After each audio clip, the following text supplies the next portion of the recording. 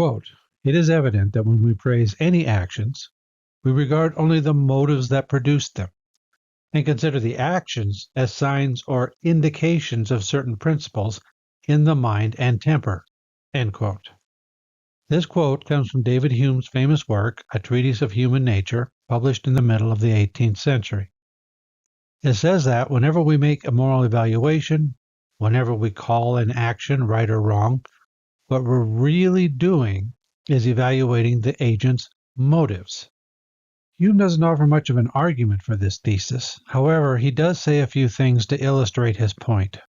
Hume wrote, quote, "When we require any action, or blame a person for not performing it, we always suppose that one in that situation should be influenced by the proper motive of that action, and we esteem it vicious of him to be regardless of it. If we find, upon enquiry, that the virtuous motive was still powerful within his breast, though checked in its operation by some circumstances unknown to us, we retract our blame, and have the same esteem for him as if he had actually performed the action which was required of him." End quote. So think of an action that may be required of somebody. Your friend agrees to pick you up at 6 o'clock to take you to the airport. It's now 7 o'clock. Your friend hasn't shown up, and you haven't been able to reach them. You may be a bit angry. A person influenced by the proper motive would have been there on time. But then you discover that just before leaving to pick you up, their child had a serious accident and was rushed to the hospital. You now hold your friend blameless. You can't fault them for putting concern over their child above your need to go to the airport. Any person of good character would have done the same thing. Now, you might think your friend should have called you to let you know that they couldn't come and get you. Now, what would count as a legitimate excuse for not calling? That their phone was damaged in the same accident? Or that they couldn't find their phone? Or maybe emergency services kept them on the line while first responders sped to the scene? Hume would have us believe that whatever would count as a legitimate excuse would be something that would show signs that virtuous motives were still active within their breast. For another illustration, consider the case of an accident. While walking along a crowded sidewalk, another pedestrian gets pushed into you, causing you to drop some fragile package that you're carrying. You saw that the person who bumped into you was pushed. The person that gets the blame for the fact that you dropped your package isn't you for dropping the package or the person who bumped into you. The person to be blamed is the person who did the pushing, the person whose actions betray a bad motive. For a third example, consider a question of self-defense. One person shoots and kills another. The moral difference between murder and self-defense isn't to be found in the act of killing. In our example, murder and self-defense both involve killing. We find the difference in the motives of the agent, whether the killing was done to prevent the person who was shot from harming an innocent person, or it was done for the purpose of causing harm to an innocent person for fun or profit. These are just some illustrative examples. For what follows, I want to assume that Hume is right, that we take actions to merely be signs of motives that are the ultimate object of our moral evaluation. So now, what makes a motive good or bad? Hume was fond of what we now call the scientific method. He sought to make observations of all of the different things that we call virtues, so that he could discover what they all have in common, in virtue of which we call them virtues. This is similar to the way that a geologist studying volcanoes will make observations of a number of volcanoes to discover what's true about volcanoes. Hume wrote, quote, "As this is a question of fact, not of abstract science, we can only expect success by following the experimental method and deducing general maxims from a comparison of particular instances." End quote. The matter of fact that we're searching for is the set of properties that determine whether a trait counts as a virtue or a vice. In conducting his survey, Hume found 4 qualities that appear in different strengths that account for all virtues. These are, first, qualities useful to others. Second, qualities useful to the person himself. Third, qualities immediately agreeable to others. And 4, qualities immediately agreeable to the person himself. The category of useful to others is found in, among other things, the virtues associated with justice. These are virtues associated with keeping a promise, repaying a debt, respect for property in terms of not taking or not destroying what belongs to others. These are also virtues that others have reasons to favor in people, others have reasons to encourage and promote, to greet with praise when they are present and condemnation when they are absent. This category also includes the virtue of benevolence, those who provide aid to those in need. Virtues with the quality of being useful to the person that has the quality include prudence and temperance. Prudence prevents people from suffering the harm of their own foolish acts, while temperance provides those who have it with the benefit of avoiding the harms of excess. Qualities that are agreeable to others include wit and cheerfulness, and a being slow to anger, although not too slow. These virtues aren't valued because of their usefulness in providing benefits or preventing harms. They provide their benefits directly. They are immediately agreeable to those who experience them.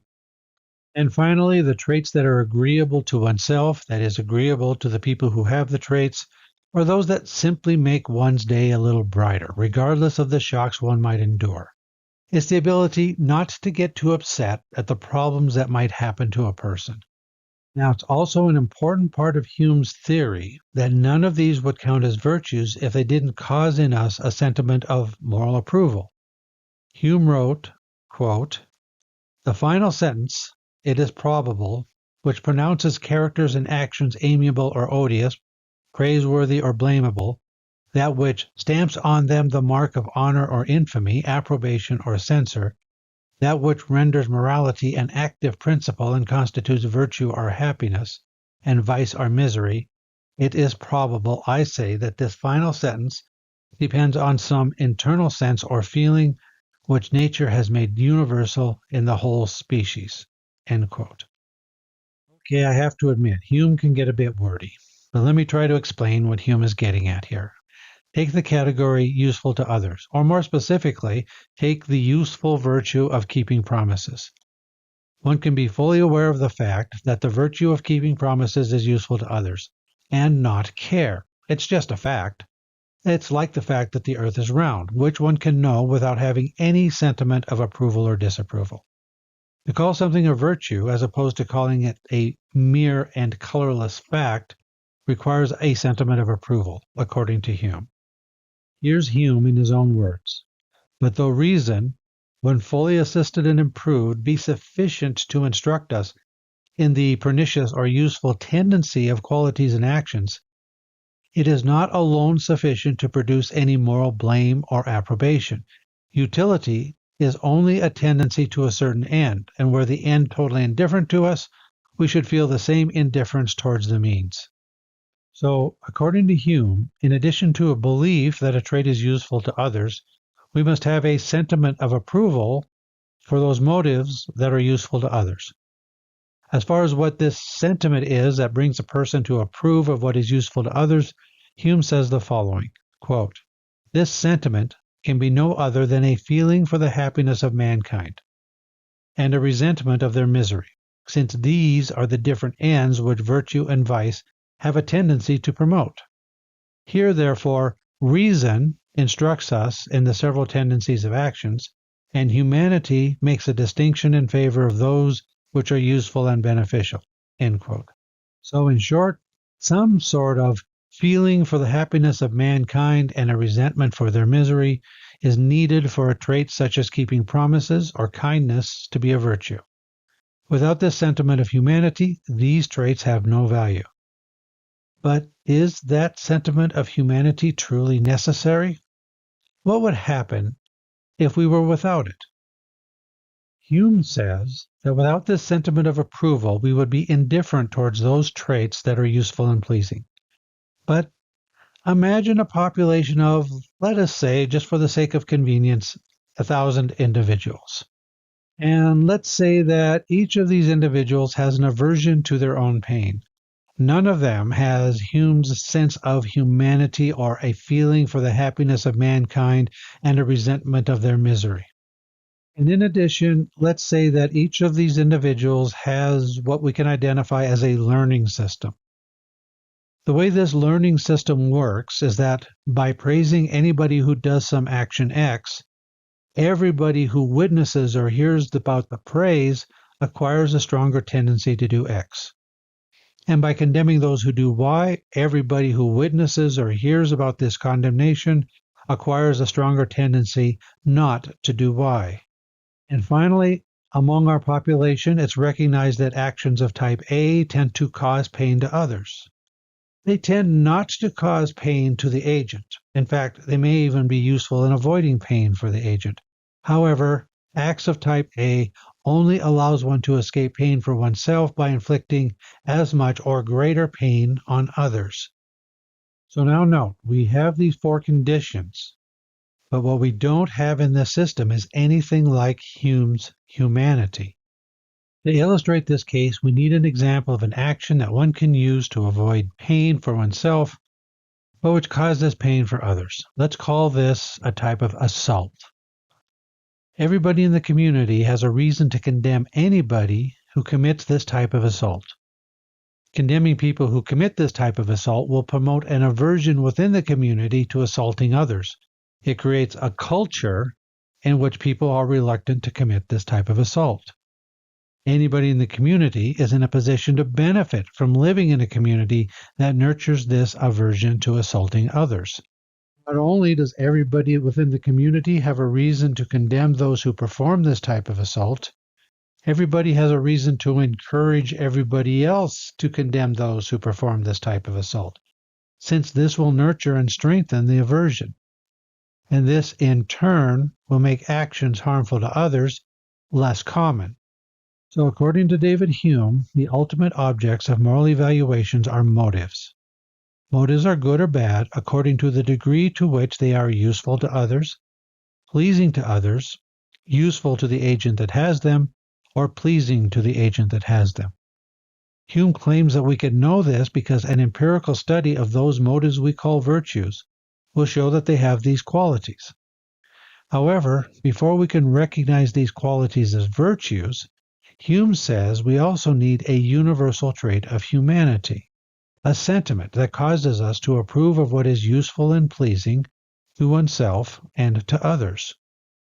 In contrast, I suggested that the mere fact that a trait is useful to others by itself provides others with a reason to approve of it and to nurture it by praising those who have it and condemning those who do not. But there's still a question. Are actions really evaluated as signs of the agent's motives? We'll consider an objection to that view in the next video.